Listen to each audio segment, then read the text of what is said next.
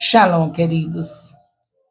Graças a Deus, estamos agora no capítulo 28 do primeiro livro de Samuel. Pai, muito obrigada, Senhor, porque o Senhor está nos ajudando a guardar a Tua palavra no nosso coração. E por isso nós estaremos pecando contra Ti. Em nome de Jesus. Pai, muito obrigado por esse privilégio de estarmos meditando na Tua palavra todos os dias. Obrigado, Senhor, em nome de Jesus. Bem, capítulo 28 está falando de Saul. Um momentinho aqui, 2 minutinhos, eu volto já. Vou pegar aqui, fechar aqui a porta. Agora, qual é o tipo que ela quiser, sei lá. É igual, né?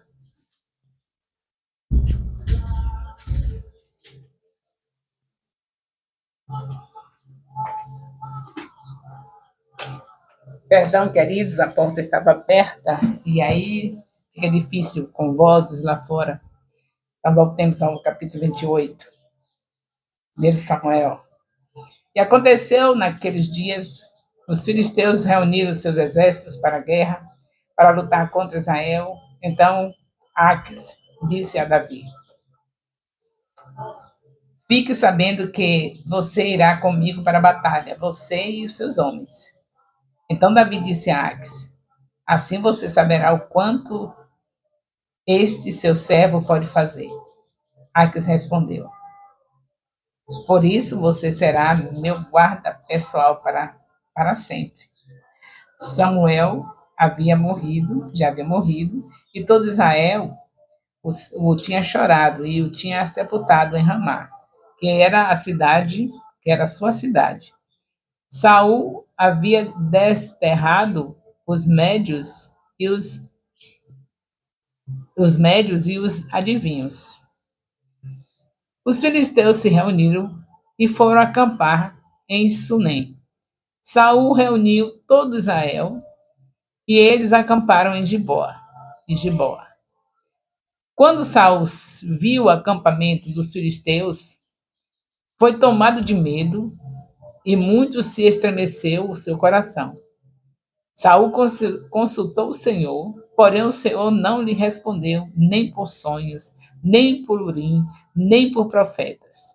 Então Saul disse aos seus servos: procure uma mulher que seja médium, que eu me encontre com ela e a consulte. Os servos responderam: há uma mulher em Endor que é médium. Saul se disfarçou, vestiu outras roupas e foi acompanhado de 2 homens. Chegaram de noite à casa da mulher e Saul lhe disse: peço que você adivinhe para mim pela necromância e me faça subir aquele que eu lhe disser. Mas a mulher respondeu: você sabe muito bem, é necromancia, não é, gente? Necromância, não sei, perdão aí, porque essa palavra eu tô. Necromância, porque não tem um acento aqui. Então deve ser necromancia. Necromancia. Me ajude aí no português, que eu estou confusa com a palavra necromancia. Necromacia. Então a mulher respondeu: você sabe muito bem que o que Saul, você sabe muito bem o que Saul fez. Eliminou da terra os médios e os adivinhos, que estava disfarçado, a mulher não tinha reconhecido, está sem saber que é ele. E ele tinha feito isso, tinha desterrado os médios e os adivinhos. Agora ele vai disfarçado, a mulher não conhece e diz assim: você sabe que o rei Saul fez isso? Então, por que você está me preparando uma armadilha que me pode me levar à morte? Então Saul lhe jurou pelo Senhor, dizendo: a mulher estava com medo porque não tinha direito. Saul tinha feito isso, desterrado todos, os médios e os adivinhos. Mas agora Saul está disfarçado e vai pedir para trazer de volta o Samuel, que já havia morrido, que já estava com o Papai do Céu. Tão certo como vive o Senhor, nenhum castigo lhe sobrevirá por isso. Então a mulher perguntou: Quem você quer que eu faça subir? Ele respondeu: Samuel.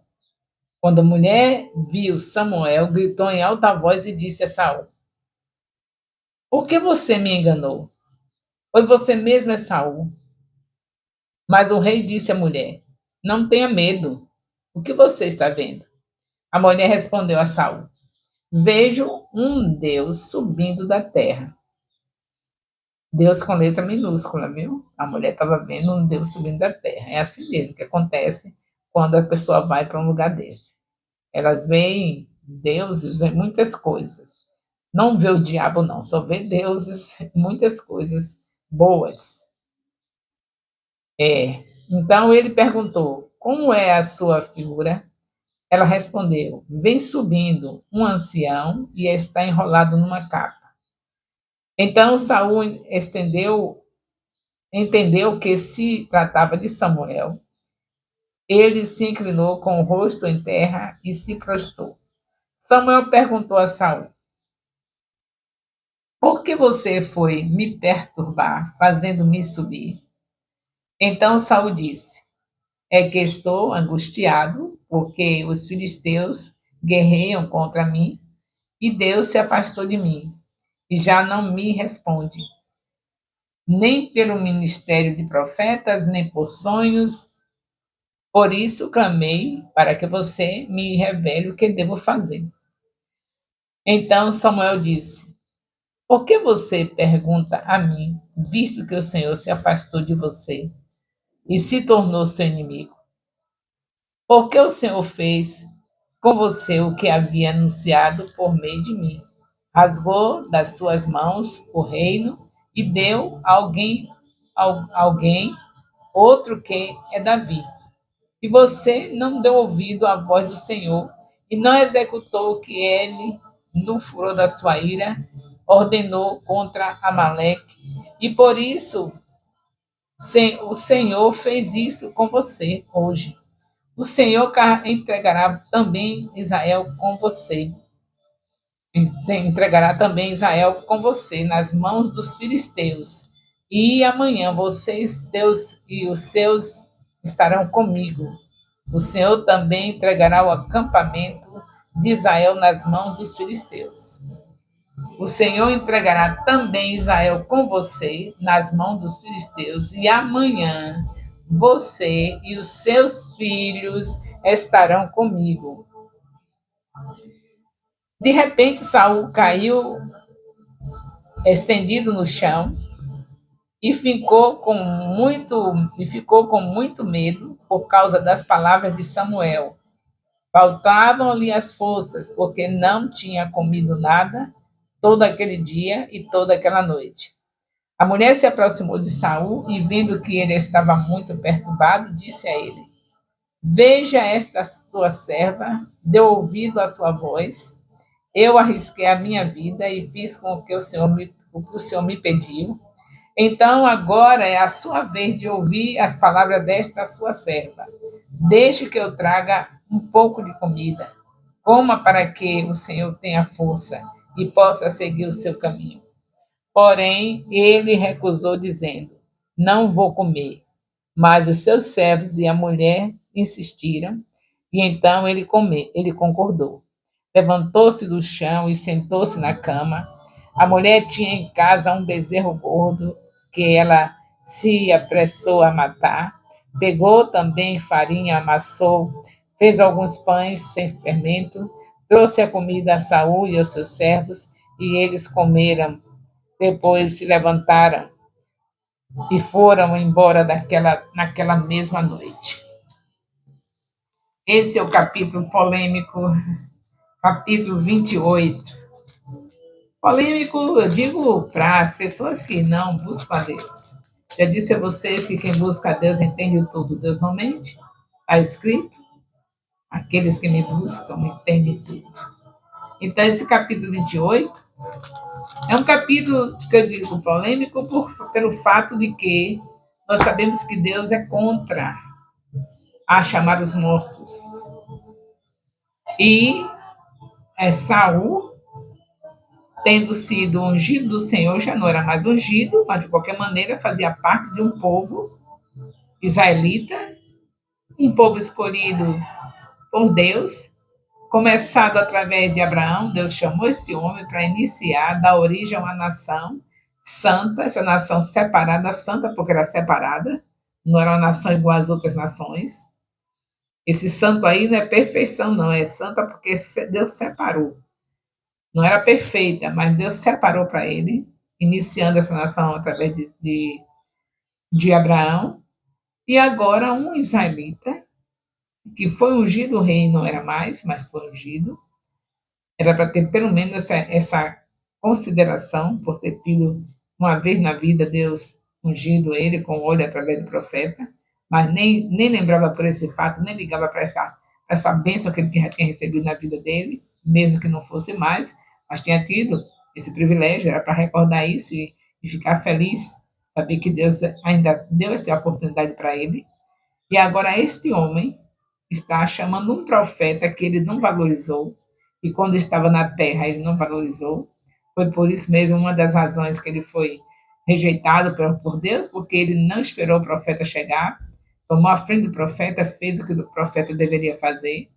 Depois Deus fala com ele novamente, ele torna a errar. Deus diz: não mate, mate tudo, destrua tudo. Ele pega, não destrói, pega depois as coisas boas do inimigo, pelo qual ele, para quem ele foi lutar, e recolhe para ele, como se Deus tivesse mandado fazer isso. Errou em tudo, na desobediência a Deus. Agora vai buscar um profeta que viveu de uma maneira tão digna, de uma maneira que quando saiu do seu ofício, por velhice, e abençoado por todo o povo, que não encontrou nada para falar mal dele.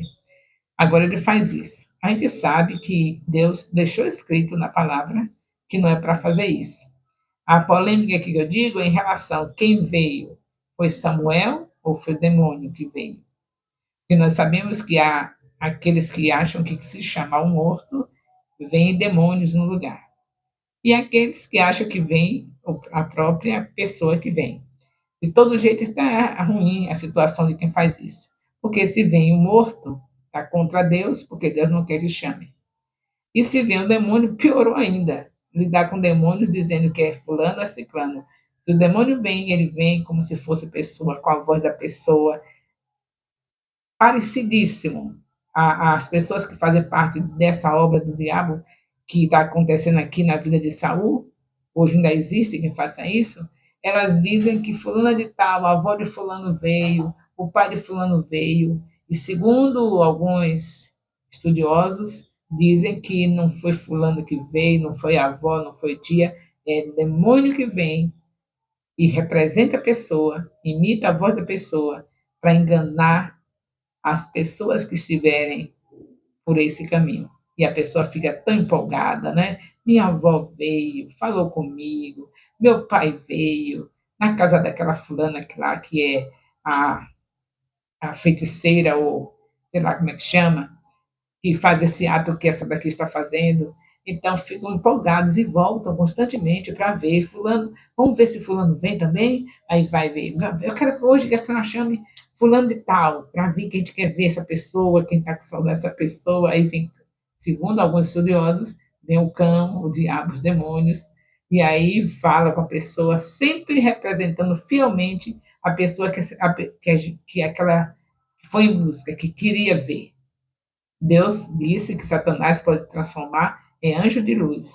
Então, a gente não pode descartar a possibilidade de que sejam mesmo demônios que vêm, que faz toda o papel igual. O jeito que a avó falava, o jeito que a avó beijava, o jeito que a avó abraçava, tudo ele sabe, porque ele está sempre ao derredor, você sabe disso que a Bíblia diz, ao derredor, buscando quem possa tragar. Então, ele sabe do jeito das pessoas, como as pessoas só não sabem os pensamentos, mas sabe a voz, sabe tudo. Então, não é descartada a possibilidade que sejam demônios que vêm transformados na pessoa para enganar a qualquer um que quiser dar lugar ao diabo, porque sair do que Deus ensina é dar lugar ao diabo. Deus disse que não é para fazer isso, para não chamar os mortos. Então, quem chama está dando lugar ao diabo. Pode ser justamente o diabo que vem, ou pode ser que a pessoa conseguiu trazer a pessoa e vai pagar o preço por isso. Se aquela coisa que fazem ali consegue trazer um morto mesmo, vai pagar o preço por isso, porque foi incomodar aquele que Deus já chamou para descansar. E a pessoa vai e incomoda, pecado de todo jeito. Se for o demônio, porque vai ficar lidando com o demônio que está imitando o fulano ciclano. E se foi a pessoa que Deus permite vir, se eles chamarem, mas se a pessoa vier, vai pagar o preço, porque Deus já disse que não é para fazer isso, não é para invocar os mortos. Então não tem saída. Essa prática não tem vez na vida de um filho de Deus. Essa prática está descartada, anulada na vida de qualquer um que tem o Espírito Santo. Quem tem o Espírito Santo não vai precisar de falar com fulano, nem ciclano que morreu, não vai ter nenhuma saudade nesse nível de buscar nada. Porque quem tem o Espírito Santo tem o Consolador. O Espírito Santo consola em qualquer situação. A perda pode ser a mais terrível, como de um pai, de uma mãe, de um filho, mas ele vai ficar consolado pelo Espírito Santo. Não vai precisar de chamar ninguém, porque a ordem do Senhor é essa, que não é para invocar os mortos. Está na Bíblia. Nós vamos chegar em todos os assuntos que eu falo que ainda não chegou, mas a gente está lendo 3 capítulos por dia, um capítulo por semana com os nossos discipuladores. Não tem como vocês não tomarem posse de tudo que eu estou falando. Vai chegar um momento em que eu estou dizendo que tem a parte que fala que não é para invocar os mortos, e vocês vão ver isso. Vai chegar o momento de falar tudo que eu tenho falado aqui nos meus comentários e vocês vão confirmar, porque eu só estou falando dentro dos comentários aquilo que é a palavra de Deus. Pode ser uma analogia dentro do capítulo, falando de um outro assunto, para dar a explicação de assuntos de hoje, da nossa segunda aliança, mediante o que estamos ouvindo no capítulo da primeira aliança, que é o Antigo Testamento. Mas sempre vai ser a palavra de Deus. E se é a palavra de Deus, é tudo para a glória dele. E a gente vai ficar sabendo tudo, porque quem lê a Bíblia toda não fica ignorante de nada. Deus deixou aqui todos os conhecimentos necessários para nós estarmos crescendo espiritualmente e fazer o nome dele glorificado. E não ter medo de discipular, não vai ter medo de ganhar vidas, vai se aproximar com as pessoas para ganhá-la com segurança, porque está tendo conhecimento de Deus, que medo vai ter de chegar e falar de Jesus, ganhar aquela alma, depois consolidar aquela alma, depois discipular e enviar para fazer a mesma coisa. Esse é o propósito de Deus, a gente conhecendo e passar o conhecimento dele para aqueles que estiverem ao nosso redor, seja a família, seja vizinhos, seja colega de trabalho, seja colega de faculdade, seja onde for que você chegar, a sua missão é essa: conhecer Deus através da sua palavra e fazer o que ele mandou. Jesus Cristo disse em Mateus 28, versículo 19: Ide e fazei discípulos. Este é o discipulado excelente que Deus nos entregou, e com certeza teremos os melhores anos do Ministério Apostólico Internacional Filho de Jerusalém.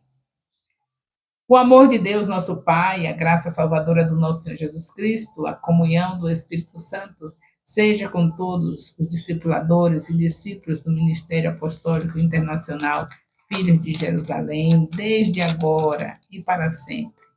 Amém. Glórias a Deus. Bendito seja o nome do Senhor.